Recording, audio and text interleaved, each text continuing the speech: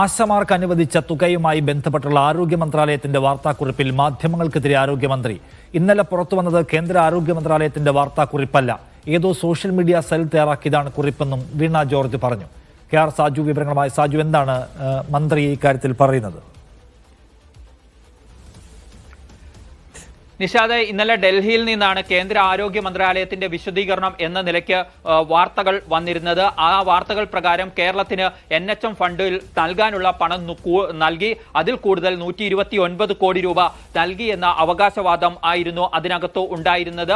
എന്നാൽ ആ വാർത്താക്കുറിപ്പ് കേന്ദ്ര ആരോഗ്യ മന്ത്രാലയത്തിൻ്റെത് അല്ല എന്നാണ് ആരോഗ്യമന്ത്രി വീണ ജോർജ് ഫേസ്ബുക്കിലൂടെ പറയുന്നത്. കേരളത്തിനെതിരെ നുണകൾ വരുന്ന വഴി എന്ന തലക്കെട്ടിലാണ് ആരോഗ്യമന്ത്രിയുടെ ഈ ഫേസ്ബുക്ക് പേജുള്ളത്. ഊരും പേരുമില്ലാത്ത ഒരു കുറിപ്പ്, ആരുടെ കുറിപ്പ് എന്ന് ഇല്ല. പ്രഥമ ദൃഷ്ട്യാ അത് ഏതെങ്കിലും ഒരു സർക്കാരിന്റെയോ മന്ത്രാലയത്തിന്റെയോ അല്ലെന്ന് വ്യക്തം. അതിലെ ഉള്ളടക്കം ഇപ്രകാരമാണ്: ശമ്പളവും ആനുകൂല്യവും നൽകാത്തത് സംസ്ഥാന സർക്കാരിന്റെ ഭരണപരാജയം. ചാനലുകളിൽ രാത്രി ബ്രേക്കിംഗ് ന്യൂസ്, പ്രമുഖ പത്രങ്ങളിൽ ഇന്ന് സ്വന്തം ലേഖകരുടെ റിപ്പോർട്ട്.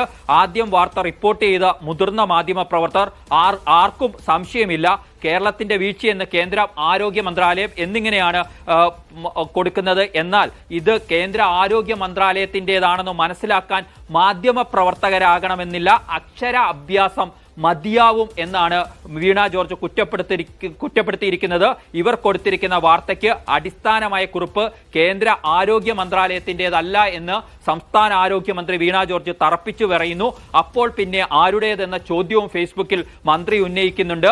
അവിടെയാണ് ഇവിടെ നടക്കുന്ന സംഭവങ്ങളുടെ പിന്നിലെ രാഷ്ട്രീയ ലക്ഷ്യങ്ങളെ കാണേണ്ടത് എന്ന് മന്ത്രി പറയുന്നു. കൃത്യമായ ആസൂത്രണത്തോടെ ഏതോ സോഷ്യൽ മീഡിയ സെല്ലിൽ നിന്നും ഉത്ഭവിച്ച ഈ കുറിപ്പ് മുതിർന്ന മാധ്യമ പ്രവർത്തകർ ഒരു സംശയവുമില്ലാതെ റിപ്പോർട്ട് ചെയ്തു എന്നാണ് മന്ത്രി കുറിപ്പിൽ പരിഹസിക്കുന്നത്.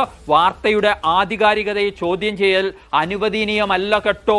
ഇത് ഇനി പ്രതികരണങ്ങളിലേക്ക്, ചർച്ചകളിലേക്ക് നിർഭയമായ ഉദാത്ത മാധ്യമ പ്രവർത്തനം എന്ന് പറഞ്ഞുകൊണ്ടാണ് ഇന്നലെ ഡൽഹിയിൽ നിന്ന് വന്ന ആ വാർത്തയ്ക്ക് ഇന്ന് ആരോഗ്യമന്ത്രി മറുപടി നൽകുന്നത്. ഇന്നലെ തന്നെ ആ കണക്കുകൾ തെറ്റാണ് എന്ന നിലയ്ക്കുള്ള